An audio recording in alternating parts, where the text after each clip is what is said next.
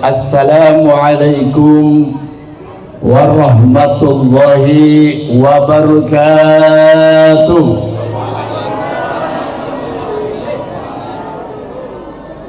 Salamnya genap atau ganjil ya?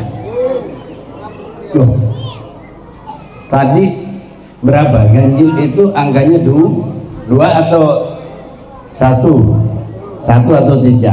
Salamnya tadi baru genap. Innallaha sitrah yuhibbul sitra. Allah itu ganjil, senang pada yang ganjil. Ibu-ibu senang yang ganjil atau yang genap, Bu? Ibu-ibu senang yang ganjil atau yang genap? Oh, senang yang genap. Biar genap yuk, tambah satu kali lagi. Assalamualaikum warahmatullahi wabarakatuh.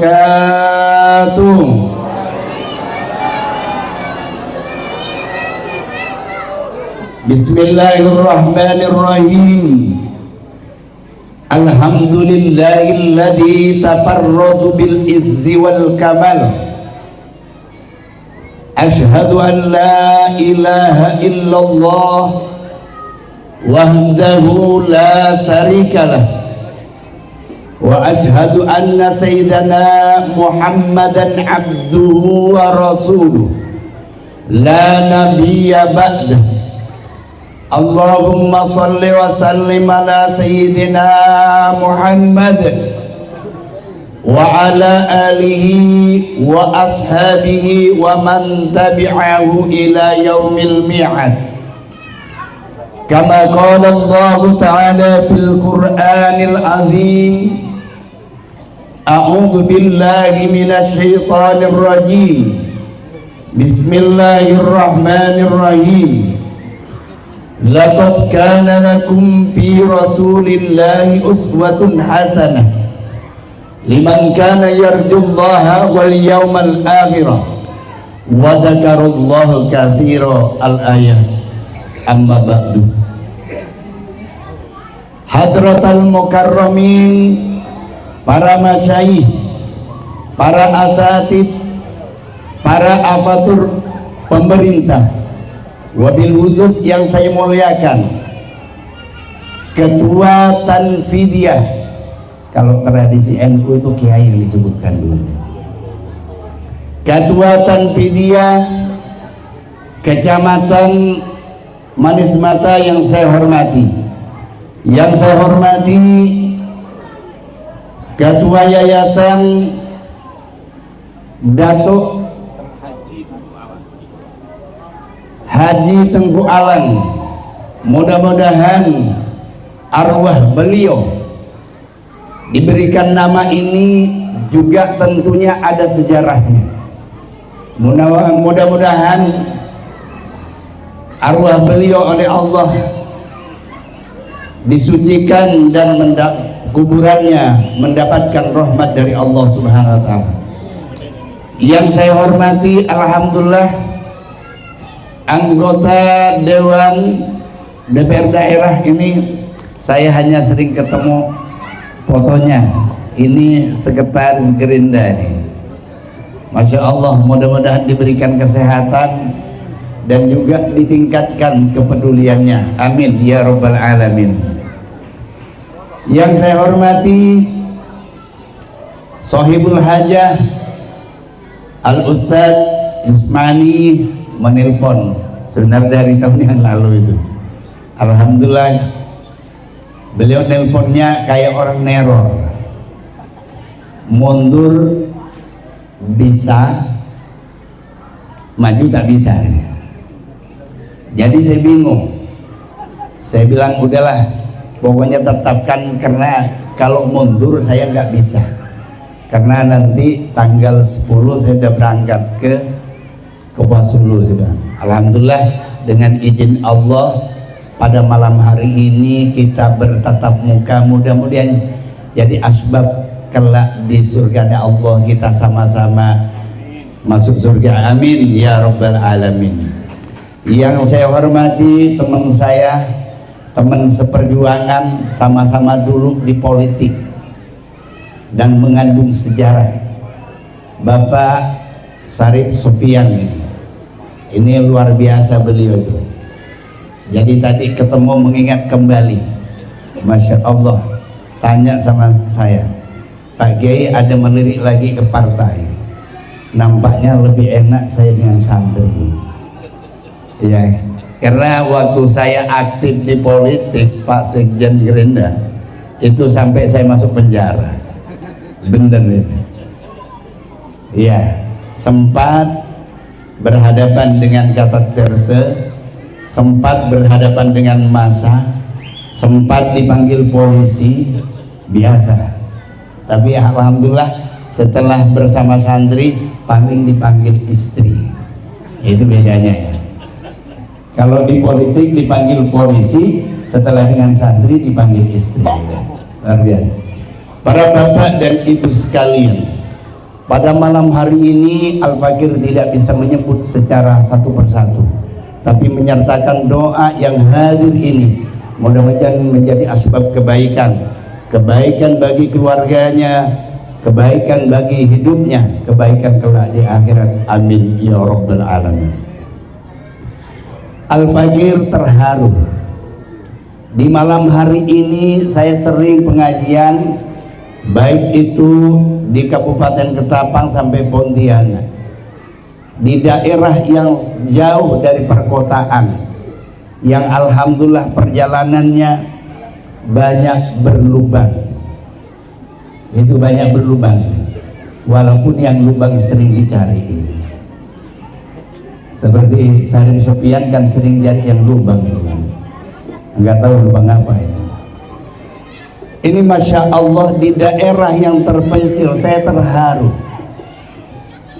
Tadi mampu membaca sebuah syair karangan Imam Marzuki 40 bait. Itu barang siapa yang hafal Aqidatul Awam tadi ini, di dalam sarahnya Nurul Dolam, insya Allah di alam kubur diselamatkan dari siksa kubur. Ini luar biasa anak-anak kita itu tadi. Kata Ibnu Ruslan, dijelasan ini sebagai menguatkan, nanti ada kaitannya anak di pesantren. Kata Ibnu Ruslan dalam versi ilmuwan Islam, Ibnu Ruslan, tapi orang Barat tidak mengatakan Ibnu Ruslan, Ibnu Rus. Apa yang dikatakan kata Ibnu Rus dalam sebuah referensinya yang namanya kitab Zubat, awal wajibin 'alal insani ma'rifatul ilahi bistiqal. Manusia pertama yang diwajibkan oleh Allah. Boleh saya berdiri Bu ya, biar agak lebih nampak karena badan saya pendek. Pak Lurah, saya agak ke depan ya, baik, lebih enak nanti. Awal wajibin alal insani ma'rifatul ilahi bistiqali. Pertama yang diwajibkan kepada manusia seketika dilahirkan oleh sang ibunya, ibunya melahirkan sang bayi, baik itu laki-laki maupun perempuan, ma'rifatul ilahi, mengenal Tuhannya, bistiqoli, dengan keyakinan.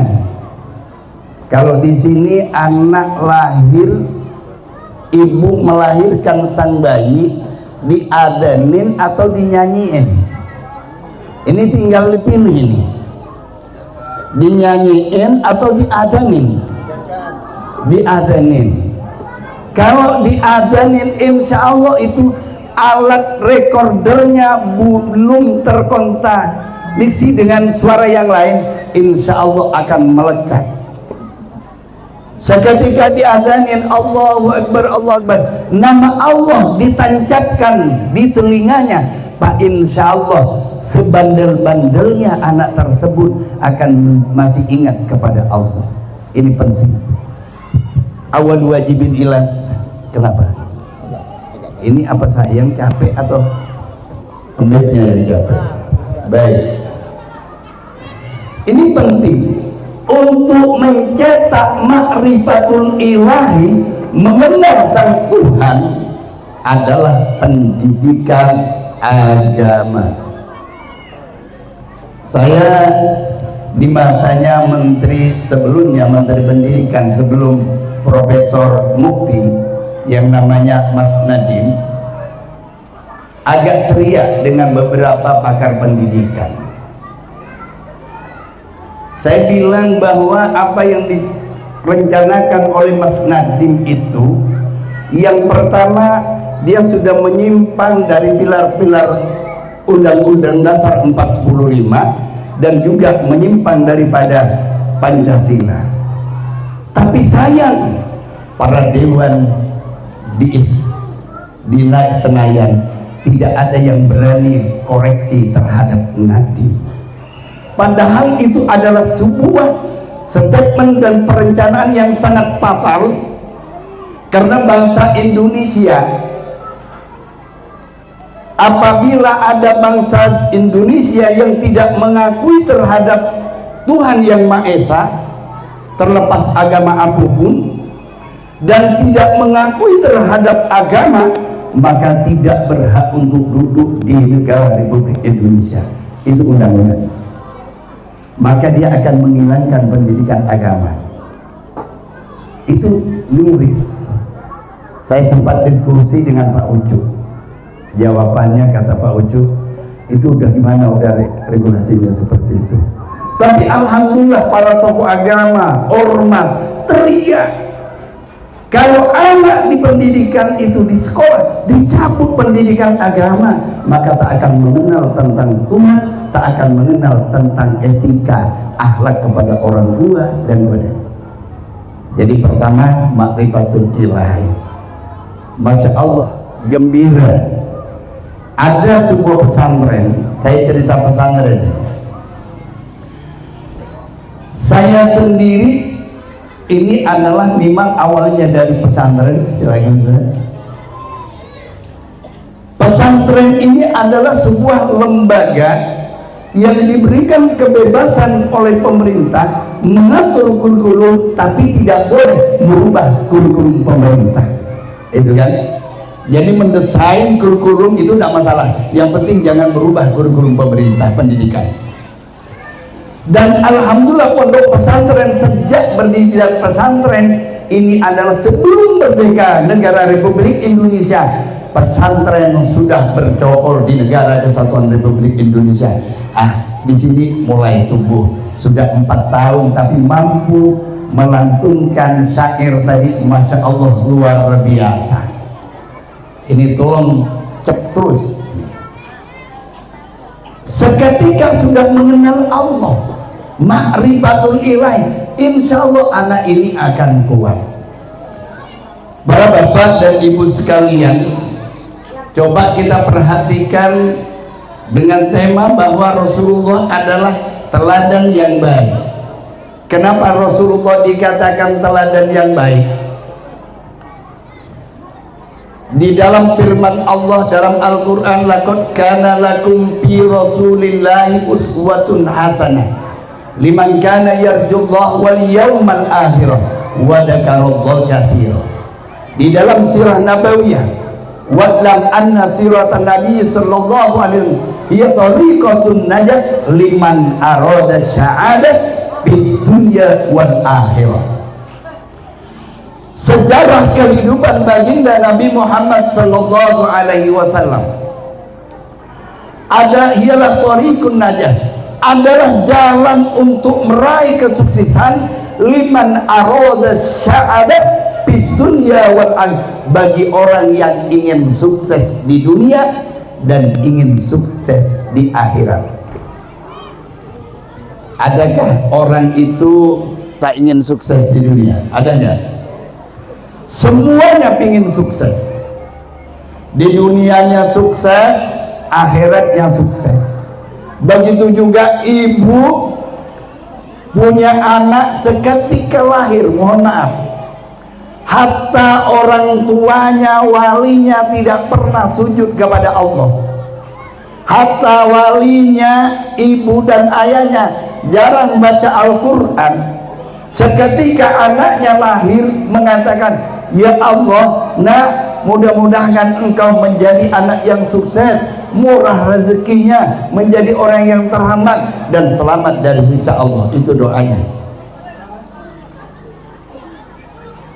Artinya siapapun yang ingin sukses hidupnya, siapapun hidupnya ingin sukses, ingin sejahtera, maka ikutilah thariqah nabawiyah, jalannya baginda Nabi Muhammad SAW. Liman arada sa'adat, bagi orang yang ingin sukses. Yang pertama, Nabi Muhammad adalah manusia, seorang rasul yang komprehensif. Dalam bahasa ilmiahnya adalah dia sempurna. Dia sejak lahir hidup seorang mandiri, ditinggalkan oleh sang ibu ayahnya, dan lahir tak mengenal melihat mana sosok bapaknya, nggak pernah. 6 tahun berikutnya ibunya juga meninggal, diasuh oleh sang kakeknya. Usia 8 tahun kakeknya meninggal, diasuh oleh pamannya, ayah daripada Sayyidina Ali, ialah Abu Thalib. Coba bayangkan, Nabi Muhammad seorang yang mandiri tapi mampu menghidupkan dirinya dan menjadi insan yang mandiri. Apa yang dikerjakan? Nabi Muhammad adalah seorang ekonom. Nabi Muhammad adalah dikenal seorang ekonomi. Dia sejak kecil mengembala kambing. Saya membaca di dalam sebuah kitab namanya Sirah Nabawiyah. Ternyata para nabi sebelum Nabi, setelah Nabi Adam, ini rata-rata di masa kecilnya mengembala kambing. Ini banyak kebanyakan hidupnya mengenal. Termasuk Nabi Muhammad ini adalah pengembala kambing. Artinya adalah hidup mandiri dan dia mempunyai jiwa tidak menggantungkan kepada orang lain. Apa tujuannya kok dia hanya mengharapkan upahan menjadi sebuah makanan untuk menjadi kehidupan setiap hari? Itu yang dilakukan oleh baginda Nabi Muhammad SAW. Hari ini, anak-anak hari ini sudah tidak peduli menjadi generasi yang mandiri, tapi dia banyak menggantungkan kepada orang tua. Ini yang perlu kita rubah mindset anak kita. Saya seketika anak saya, ini contoh aja, mudah-mudahan ini ada Ubaidillah ini ikut di sini. Seketika keluar dari pesantren Sidogiri, minta belikan HP sebelum berangkat ke Timur Tengah, minta belikan HP dengan pulsanya. Saya bilang, nak, saya belikan hari ini, tapi tidak akan membelikan pulsa berikutnya. Apa jawaban kata anak saya? Bi, saya tak punya duit. Bagaimana nanti kalau tidak ada pulsa, Bi? Maka di Pondok Putra itu nak banyak duit. Caranya mau minta, tak usah minta nak, gendong termos, bawa gelas, jual kopi, jual teh. Itu coba ini, bener ini, malu. Kata anak saya, malu. Enggak sukses kamu kalau bicara malu, enggak sukses. Dengan izin Allah saya tak akan ngasih duit. Alhamdulillah dia datang lagi. Modalnya saya modalin kalau untuk usaha itu, dengan catatan jangan hilang modalnya. Kalau saya cari santri sebagai karyawan, tapi ingat harus digaji. Cari santri Bapak, digaji, jual kopi 4.000 satu cawan. Alhamdulillah laporan sebulan dapat untung 700. Alhamdulillah sampai hari ini, ini contoh, sampai hari ini anak saya dua-duanya biasa menggoreng pisang, jual es sampai hari ini, walaupun mereka sudah selesai dari ini. Adalah merubah mindset, menggantungkan ke orang tua, rubah menjadi santri yang mandiri. Ini penting. Ini Rasulullah, contoh Rasulullah. Kemudian Rasulullah yang kedua, seorang ekonom, data ilmiah. Seketika usia 9 tahun menurut sejarah, seketika usia 12 tahun menurut sejarah, seketika usia 24 tahun menurut sejarah, beliau mulai berani membawa dagangannya Sayyidatina Khadijah, bukan dari kampung ke kampung, bukan dari kecamatan ke kecamatan, bukan dari negara ke negara.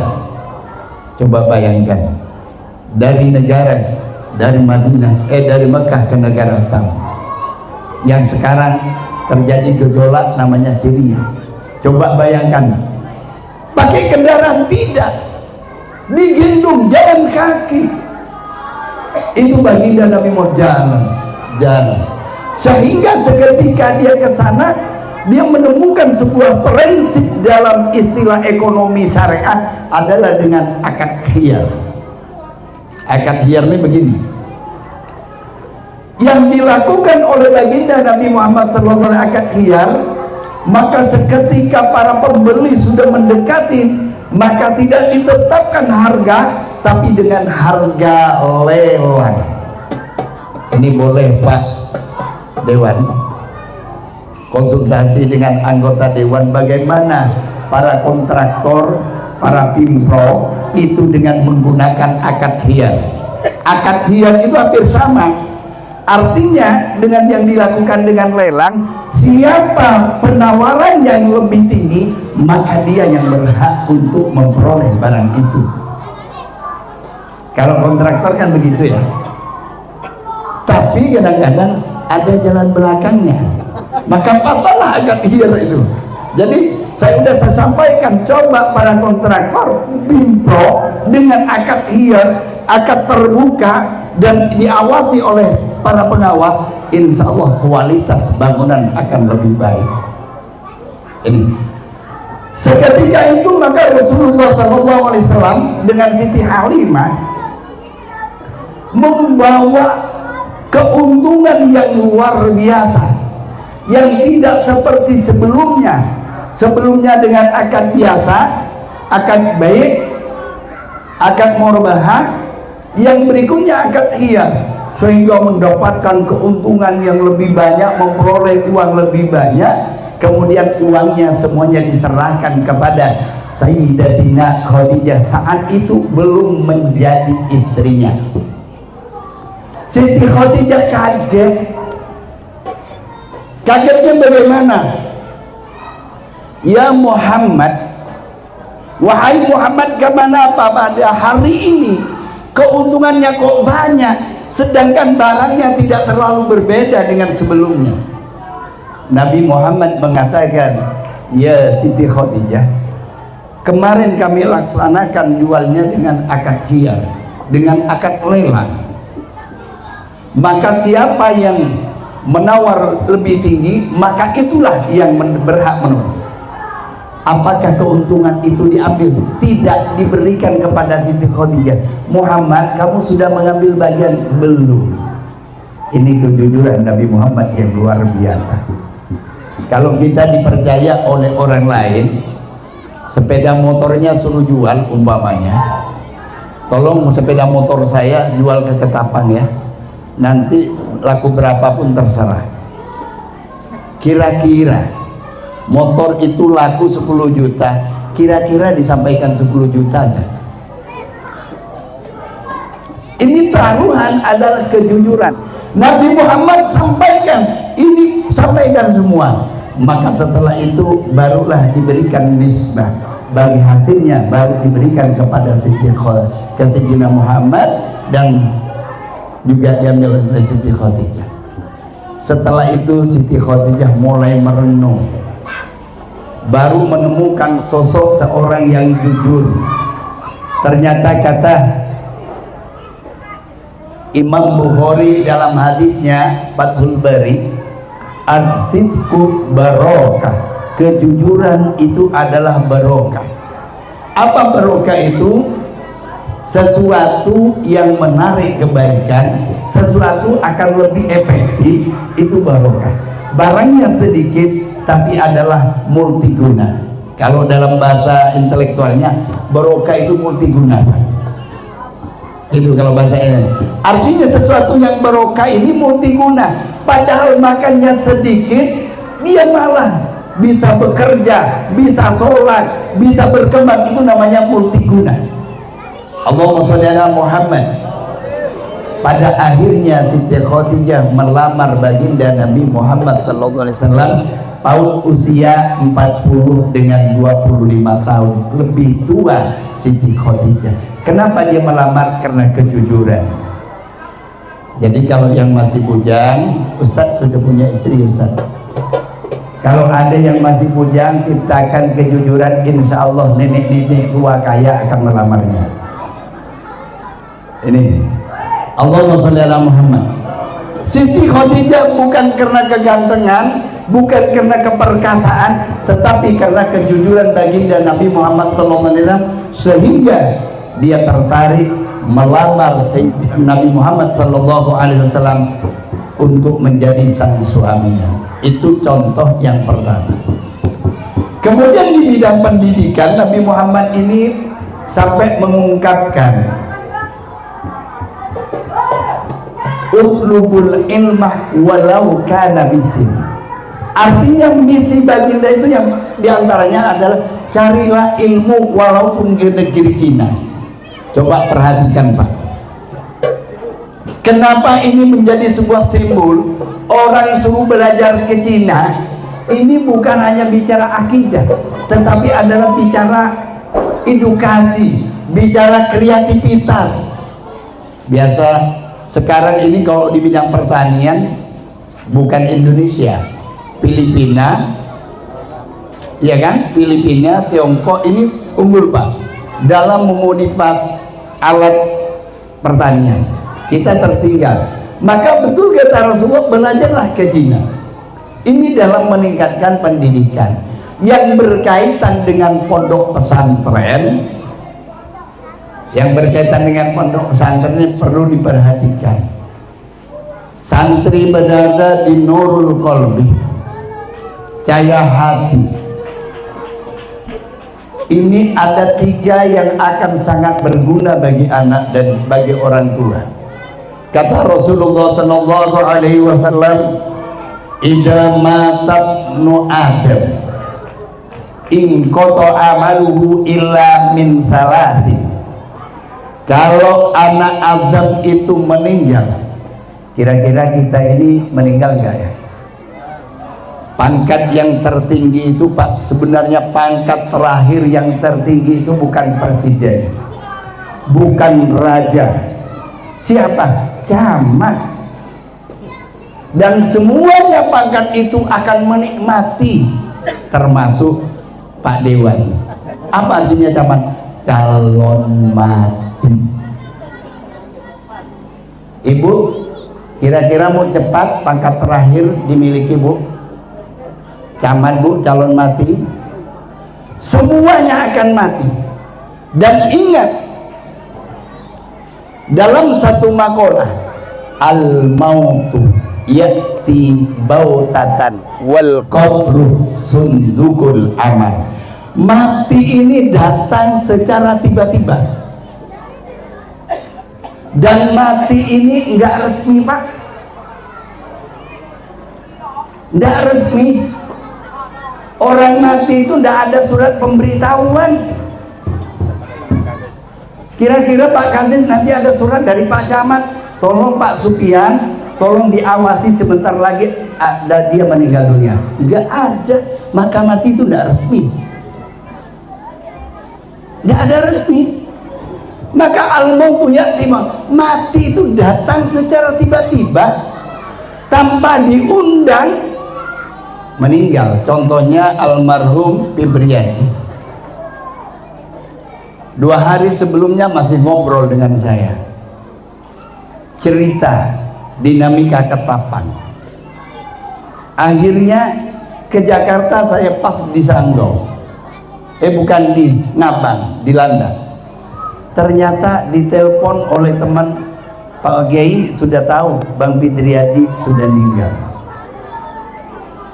Al-mautu ya'ti bautatan. Semuanya kalau malaikat berkehendak, maka mati itu adalah tak resmi, nggak ada surat pemberitahuan. Walaupun sekarang memegang Android, nggak mungkin masuk di WhatsApp, inna lillahi wa inna ilaihi raji'un, saya akan tinggal semenit lagi, nggak ada.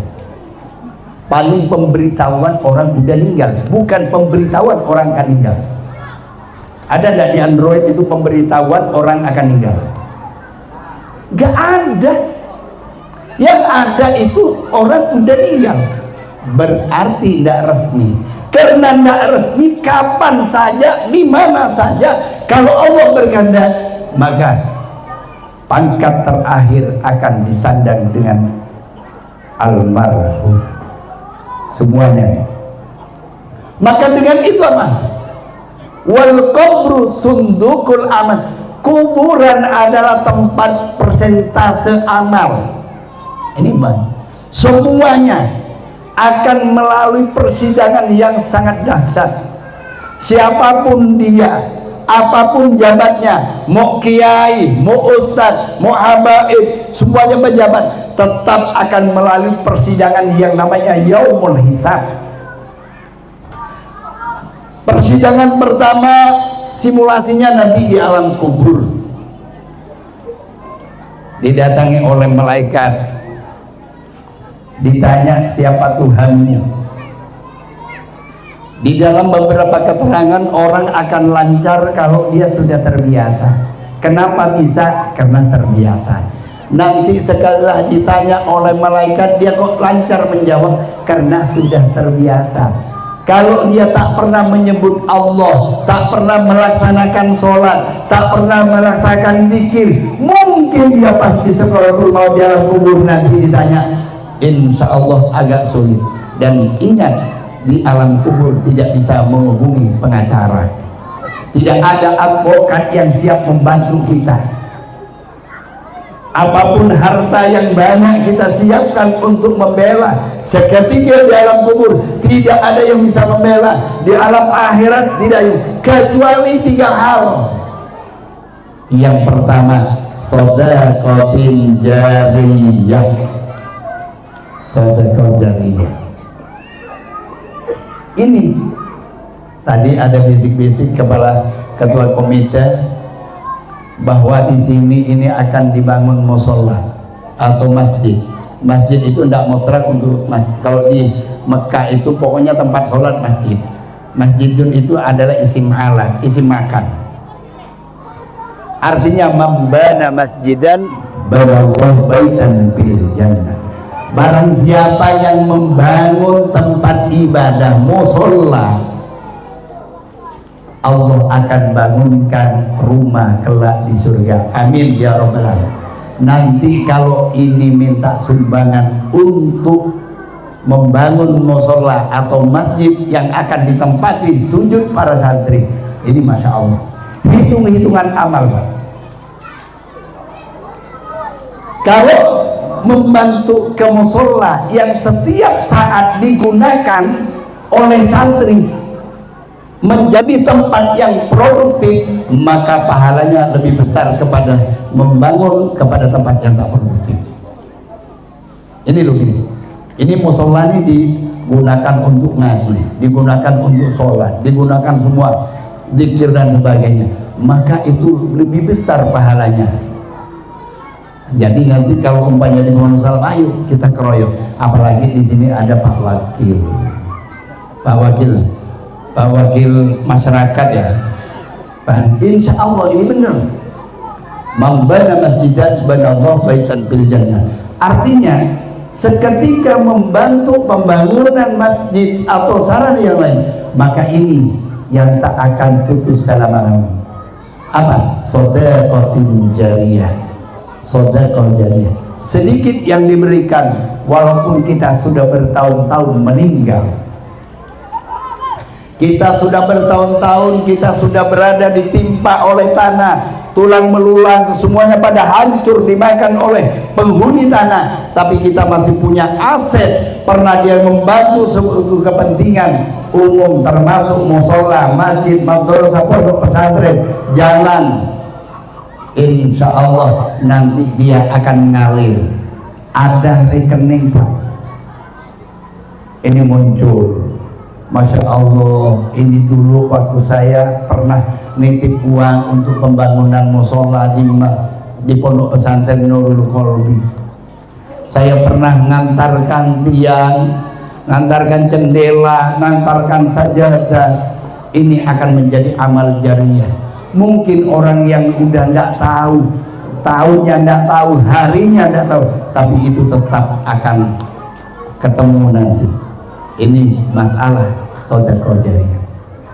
Para bapak dan ibu sekalian, seketika kita bicara sedekah jariyah, ini adalah mengatakan adalah impak yang sifatnya produktif, artinya tidak stagnan. Beda ngasih makanan, suruh makan ke orang miskin, ini udah habis. Tapi ngasih makanan dikasih ke guru, dalam Hikayatus Sahabat, ini mohon maaf, ini jarang dibongkar. Bapak ngasih makanan sama Ustadz Rahmat Jailani ya, diberikan, dimakan, dia menjadi sebuah energi, dia menjadi sebuah energi digunakan ibadah, maka dia lebih besar ketimbang ngasih ke orang yang tidak menimbulkan energi.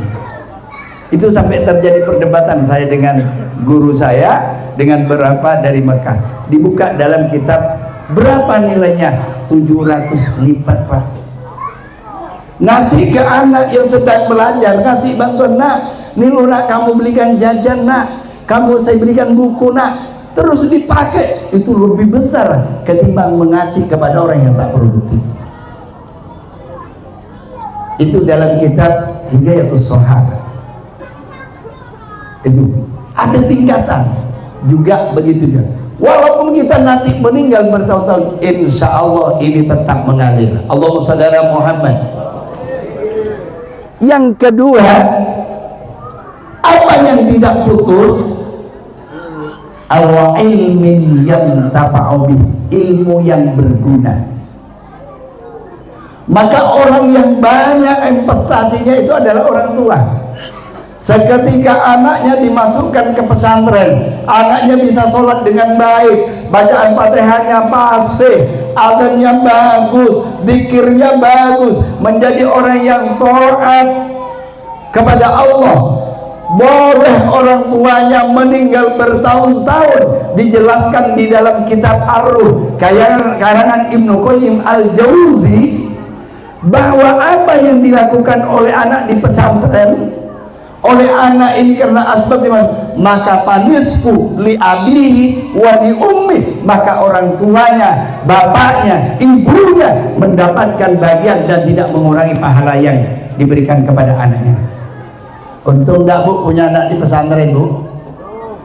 Untung enggak kalau anaknya nanti bisa ngaji, sholatnya bagus, bahkan biidznillah, dengan izin Allah anak akan bisa menyelamatkan sang ibu. Seketika ibu karena durhaka kepada Allah, kemudian ibu dimasukkan ke neraka karena kedurhakaan kepada Allah, karena dosanya bapak dimasukkan, kemudian punya anak menjadi anak yang soleh dan solehah, maka anak itu nanti seketika dikirim oleh malaikat biidznillah, maka anak itu noleh ke kanan dan ke kiri, dia bertanya, aina abi wa ummi, aina abi wa ummi ya Rabb, kemana ibuku, kemana ayahku? Maka Allah menjawab, ibumu karena kemaksiatannya, karena kelakuannya di dunia, ibunya berada di neraka. Anak ini, saya kalau ibuku tidak diselamatkan, saya bisa sholat ya Rabb, saya bisa mengaji ya Rabb, saya bisa menjadi orang yang soleh, dan saya bisa selamat dari siksamu. karena orang tua saya, karena dibiayai oleh orang tua saya, karena saya dimasukkan ke pendidikan agama sehingga saya kenal Engkau ya Rabb, maka dengan itu saya tak akan masuk ke surga. Kecuali ibu dan ayahku selamatkan dulu dari neraka. Ini hadis. Beruntung kita punya anak soleh, beruntung kita punya anak di pesantren, beruntung punya anak ini. Kita secara tidak langsung punya bagian, dan satu saat insya Allah menyelamatkan orang tuanya. Bahkan di hadis yang lain,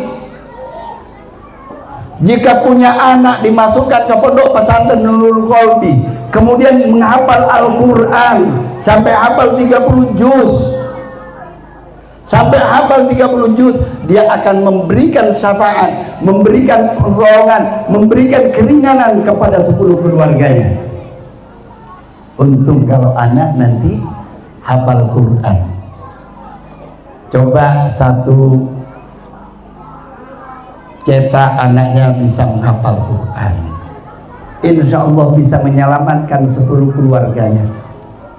Bahkan dijelaskan di dalam hadis, may yuridu liqa'a rabbi falyukrim ahlallah. Barang siapa yang ingin bertemu dengan Allah, falyukrim ahlallah, maka muliakan keluarga Allah. Para sahabat saat itu bertanya, ya Rasulullah, halillahi ahlul, apakah Allah punya keluarga? Kata Rasulullah, na'am. Manhum ya Rasul, siapa yang dimaksudkan keluarga Allah? Qari'il Quran, hafidil Quran, hamilil Quran. Orang yang sering baca Al-Quran, orang yang hafal Al-Quran, itu dicatat oleh Allah sebagai keluarga Allah. Maka hadis berikutnya, barang siapa yang memuliakan keluargaku, orang yang dibaca Al-Quran, maka saya akan memuliakan. Dan sebaliknya, barang siapa yang menghina orang yang hafal Al-Quran, saya juga akan menghinakan dan saya akan masukkan ke neraka. Naudzubillah min dzalik. Ini pentingnya. Jadi kalau punya anak ilmu yang bermanfaat, masya Allah, kayak Ustaz Rahmat Jailani tadi, coba bayangin nih, sanadnya sampai nyambung kepada Rasulullah, kepada para sahabat. Ini penting. Artinya karena budaya pesantren itu sangat penting. Artinya apa? Bahwa ilmu ini dari mana. Ini harus otentik. Kenapa? Harus ada jalur, dan itu bisa dipertanggungjawabkan. Saya seorang akademis. Seketika saya menyusun sebuah buku, umpamanya tentang ringkasan haji, itu jelas sanadnya mengutip dari kitab ini, mengutip dari kitab ini. Tapi seketika saya menyusun disertasi, comot sana, comot sini di Google, itu tidak jelas sanadnya Pak. Iya, makanya mohon maaf nih, saya berani ini karena saya seorang akademis. Seketika saya menyusun disertasi, kalau disalahkan oleh para pembimbing profesor, ini cari Google, buka di Google umpamanya tentang ini, dan siapa yang nulis, dari mana asalnya nggak tahu, sanadnya tidak jelas. Beda dengan kitab Aqidatul Awam dari Imam Marzuki. Imam Marzuki itu sampai ke Imam Al-Junaidi, sampai kepada Hasyim Asy'ari, itu nyambung ya. Yang dari Abda'u bismillahi warrahmani, itu nyambung Pak, jelas itu ada sisi-sisinya. Ini penting, ini budaya pesantren. Kemudian yang ketiga, ilmu yang bermanfaat apa? Awwaladin yad'una lahu bil maghfirah. Anak yang bisa mendoakan orang tuanya dengan memohonkan ampun kepada Allah. Ibu nanti di alam kubur, nanti ibu ini, anak selalu mendoakan, Allahumma fir lahu warhamhu wa'afihi wa'fu anhu. Allahumma fir laha warhamhu wa'afihi wa'fu anha. Ini artinya ibu itu mendapatkan doa, dan anak yang bisa mendoakan saat ini sudah jarang Pak, kecuali di pesantren. Maka saya lihat di TikTok itu seketika anaknya di pesantren, diantaranya memurahkan rezeki, bener. Artinya seketika anaknya belum di pesantren, setiap minta uang jajan tiap hari, kadang-kadang kelahi dengan orang tuanya. Tapi seketika di pesantren, Masya Allah, orang tuanya diberikan kelancaran, bener. Saya udah 1 tahun ini tidak membiayai anak di pesantren. Tahun sebelumnya anak angkat juga kuliah, anak sendiri kuliah 2. Akhirnya ada kuliah di luar negeri dengan istrinya juga mau ke sana juga. Tapi alhamdulillah tiap bulan tuh mampu mengirim. Tapi setelah di pesantren, ngitung-ngitung tuh mengirim tuh agak sulit Pak, benar. Beda memang anak di pesantren itu Masya Allah. Jadi awaladin yad'un, artinya amal yang tak putus, anak ibu yang bisa mendoakan anak, bapak yang bisa mendoakan kelak pada ibu, pada bapak seketika ibu sudah meninggal. Ini sangat beruntung. Mudah-mudahan anak ibu menjadi anak yang soleh dan solehah, menjadi anak-anak yang baik, menjadi anak yang berguna. Ini contoh dan keteladanan baginda Nabi Muhammad SAW. Artinya kalau kita ingin sukses, contohlah baginda Nabi Muhammad SAW. Yang terakhir, kenapa Nabi Muhammad SAW sampai hari ini masih dikenang, masih diperingati? Istahara Rasulullah SAW baina qaumihi bihom satihi sholih. Masyhur Rasulullah di tengah-tengah kaumnya dengan 5 sifat. Yang pertama, kalsidki, kejujurannya Pak. Rasulullah jujur. Ayo anak kita ajarin jujur, ayo keluarga kita jujur. Bapak harus belajar jujur, ibu harus belajar jujur. Maka tadi saya ditaskil oleh Habib Sofyan, kenapa Pak Kiai tak nikah lagi? Ya tadi itu di hotel kan, saya bilang Bib, tidak bisa jujur Bib, pasti banyak bohongnya. Mohon maaf Pak, menjadi asbab ketidakjujuran itu orang kalau punya istri lebih. Kalau yang ini mungkin udah pengalaman ya. Kenapa? Artinya pasti dia menabungkan sesuatu. Seketika ditanya oleh sang istrinya, dari mana Mas? Dari rumah Pak Lurah. Konsultasi apa Mas? Masalah pembangunan jalan. Padahal dari istri yang muda. Kira-kira jujur nggak? Nggak jujur. Ini benar. Nah, Rasulullah ini adalah orang yang paling jujur. Tadi contohnya seketika dengan Siti Khadijah. Ayo ciptakan kejujuran. Seketika kita jujur, semua jujur, Masya Allah, Insya Allah negara kita menjadi negara thayyibatun wa rabbun ghafur. Kita dengan keluarga jujur. Coba contoh nih, kalau bapak sekali tak jujur, kepala desa sekali tak jujur sama istrinya, hari pertama mungkin yakin istrinya, dari mana Pak? Kok sampai malam pulang di Ketapang? Mobil bocor Pak, susah cari tambalan. Pertama percaya, ketiga hari lagi mau kemana Pak? Masih mau Ketapang, ada urusan, dipanggil oleh Pak Bupati, datang ke sana. Lagi ngomong lagi, Abah nih nampaknya enggak nyampe ke gua, bocor Bah, tadi enggak jadi rapatnya selesai. Kok balik malam? Di servis lagi kemana? Ketiga kalinya akhirnya sang istri mulai membuntuti, mulai HP-nya dibuat, diprogram, dimanapun dia berada bisa ketahuan sekarang.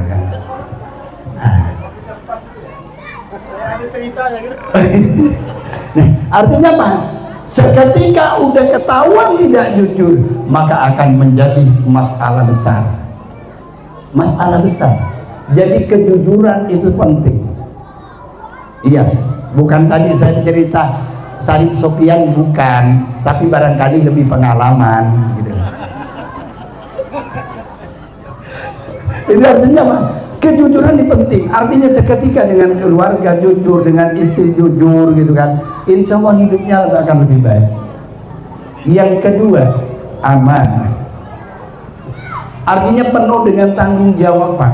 Bahwa kita ini oleh Allah diberikan amanah kesehatan, amanah ilmu, kekuatan, amanah anak dan semua. Ini harus diletakkan pada porsinya masing-masing. Ini amanah. Itulah Rasulullah SAW dikenang sampai dicari-cari celahnya oleh Abu Jahal dan Abu Lahab. Orang-orang kan tidak ketemu Nabi Muhammad. Dilihat dari kejujurannya lebih baik, dilihat ini baik. Kemudian wasobar, sabar. Penting dalam ini penuh kesabaran. Nabi Muhammad dicerca, diintimidasi, diteror, itu tak pernah melawan Nabi Muhammad SAW. Coba ini contoh. Kalau bapak bisa mempraktekkan sabar terhadap perilaku sang istri, insya Allah aman hidupnya. Contohnya begini, umpamanya ibu karena capek, kemudian kata bapak, Dek coba buatkan kopi. Ibu ini dari pagi kan kerja di rumah, ngepel, ya kan? Saya kasihan loh kalau punya istri itu sampai 3 fungsinya jalan semua, Pak. Tolong punya istri itu berikan kemerdekaan. Apa? D3. Di kamar iya, kemudian di dapur iya, di kasur iya. Ini kalau bisa diberikan kebebasan, artinya ada jeda gitu. Nah, seketika salah sang istri melakukan, Dek buatkan kopi, kemudian sang istri ini semua mestinya buat kopi, ternyata seharusnya mengambil gula malah mengambil garam. Setelah diminum oleh sang suami terasa asin. Kalau sang suami tak jujur, pasti sini. Nah tuh bang, sini, lemparkan ke muka sang istri. Jangan harap akan dibuatkan kopi lagi. Kopi di malam hari tak akan dibukakan, Pak. Allahumma sholli ala Muhammad. Kira-kira kalau kopi malam hari tak dibuka, kiamat, Pak. Kata Pak Syarif Sofyan, yang buat masalah itu kalau kopi malam tak dibuka katanya. Ini artinya Rasulullah sabar, diintimidasi, dicerca, itu tak pernah melawan Nabi Muhammad. Seketika berangkat masjid dilempar. Nabi Muhammad tidak membawa lempar, senyuman. Bahkan orang yang menyakiti terus menerus, di antaranya mendapatkan informasi kemana orang yang biasa meludahi saya, kemana orang yang biasa melempari saya, kemana orang yang melempari dengan kotoran, kok tidak ada pada hari ini. Kata sahabat, ya Rasulullah, dia sudah sakit 3 hari. Nabi Muhammad segera dia mendatangi. Setelah mendatangi, datang ke rumahnya, ya Humairah. Nabi Muhammad itu kalau manggil sama istrinya tak pernah namanya. Akhirnya kata Siti Aisyah, labbaika ya zaujati, saya ya zauji, saya menghadap wahai suamiku. Apa? Hal indaki ta'am? Apa kamu? Maafi ya Rasul, illa nisfu ta'am, kecuali sepotong roti. Sepotong roti itu langsung di packing oleh baginda Nabi Muhammad, dibawa kepada orang yang sudah menyakiti. Kira-kira tetangga yang sudah menyakiti kita, seketika dia sakit, kira-kira kita pasrah Tuhan. Berat kadang-kadang, Pak. Ini ketidaksabaran. Kemudian Nabi Muhammad ini tawadu. Artinya mempunyai sifat tawadu. Apa artinya tawadu? Mempunyai etika. Saat ini bangsa Indonesia sudah sedikit rasa malunya, kebal, Pak. Mohon maaf, mulai dari orang petani, mulai dari anak. Kalau dulu itu sifat hormat sangat tinggi, bener. Saat tidak ada sekarang. Seketika anak dulu mau sekolah aktif, dia cium tangan orang tua. Ini Ustaz Rahmat, kalau santri di sini salamannya begini atau begini Ustaz? Ini penting nih diluruskan. Di kota-kota besar anak salaman biasa begini nih, biasa begini nih, biasa begini. Ibu kalau salaman sang suami, tolong Bu jangan begini Bu, lebih bagus begini, begini aja Bu.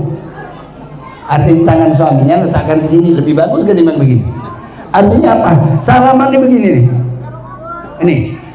Ini yang dijelaskan dalam kitab Al-Qurti, salah daripada Minhajul Qawi. Biqabdi.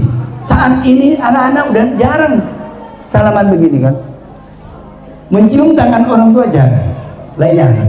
Dan seketika orang tua duduk di kursi, ini anak tidak berani. Seketika orang duduk di lantai, anak duduk di kursi. Masya Allah, sekarang tidak demikian.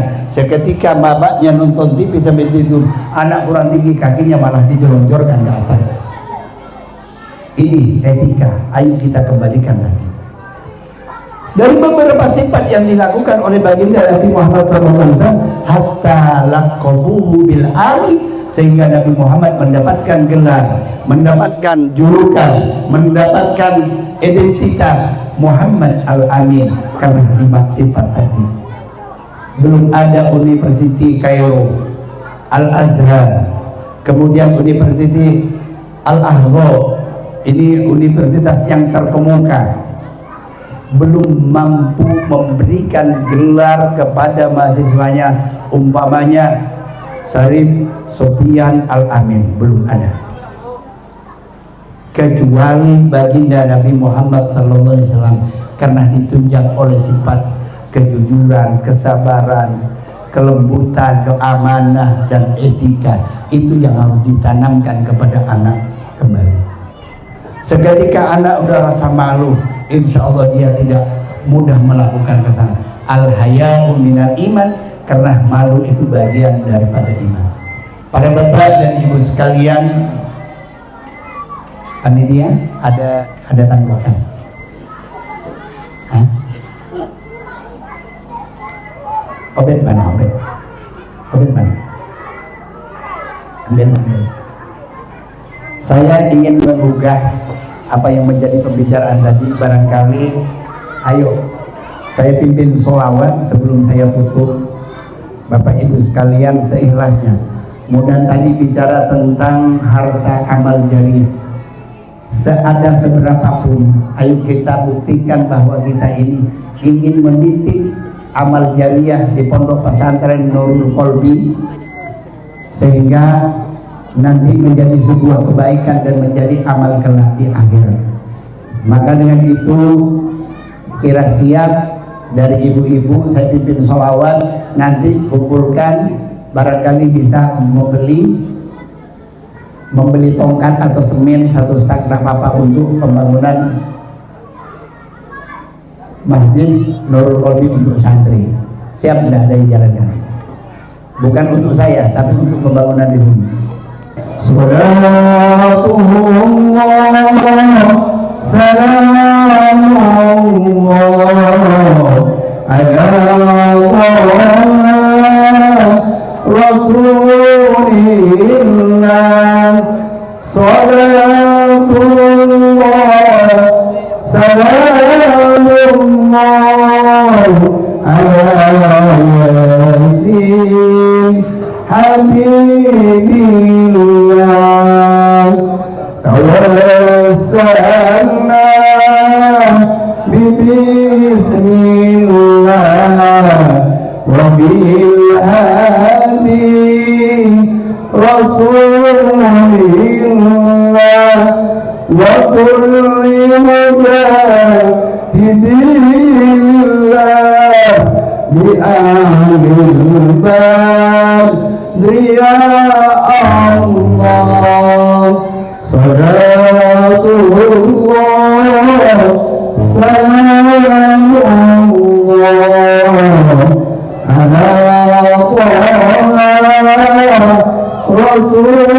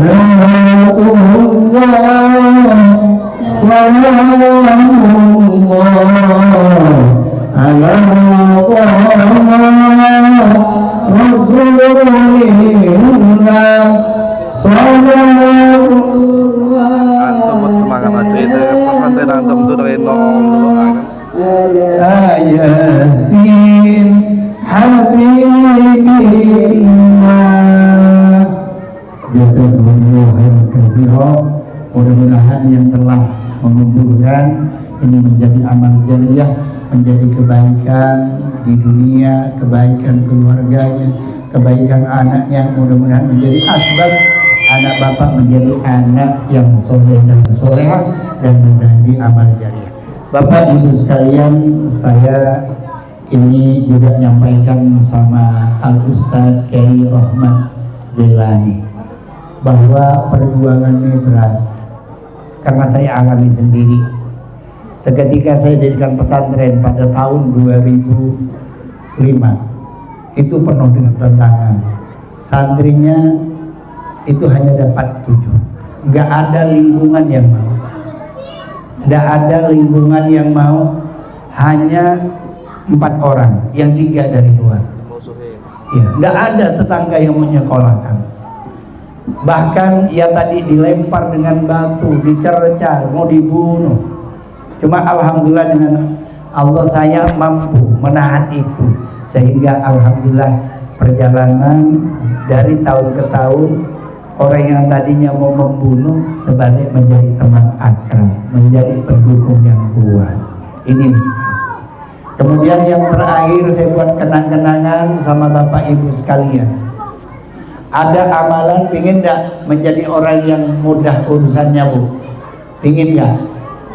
Nah ini perhatikan, yang masih punya orang tua, yang masih punya mertua, maka coba 3 kalimat ini amalkan. Saya berada dimanapun, dalam kondisi apapun, yang penting ingat, maka setiap hari saya melakukan komunikasi dengan abah dan umi. Ini tolong kita mampu beli HP mahal, tapi tidak pernah kita menyisihkan sedikit untuk orang tua. Kita bisa begini ini karena orang tua. HP yang kita belikan itu kadang puluhan juta, tapi tolong sisihkan kalau orang tuanya tidak ada di lingkungannya karena di Jawa. Coba ditelepon dengan 1 kalimat, ya Rob, ya Umi, ya Abi, saya mohon maaf. Yang kedua, ya Abi, ya Umi, saya mohon ridhonya.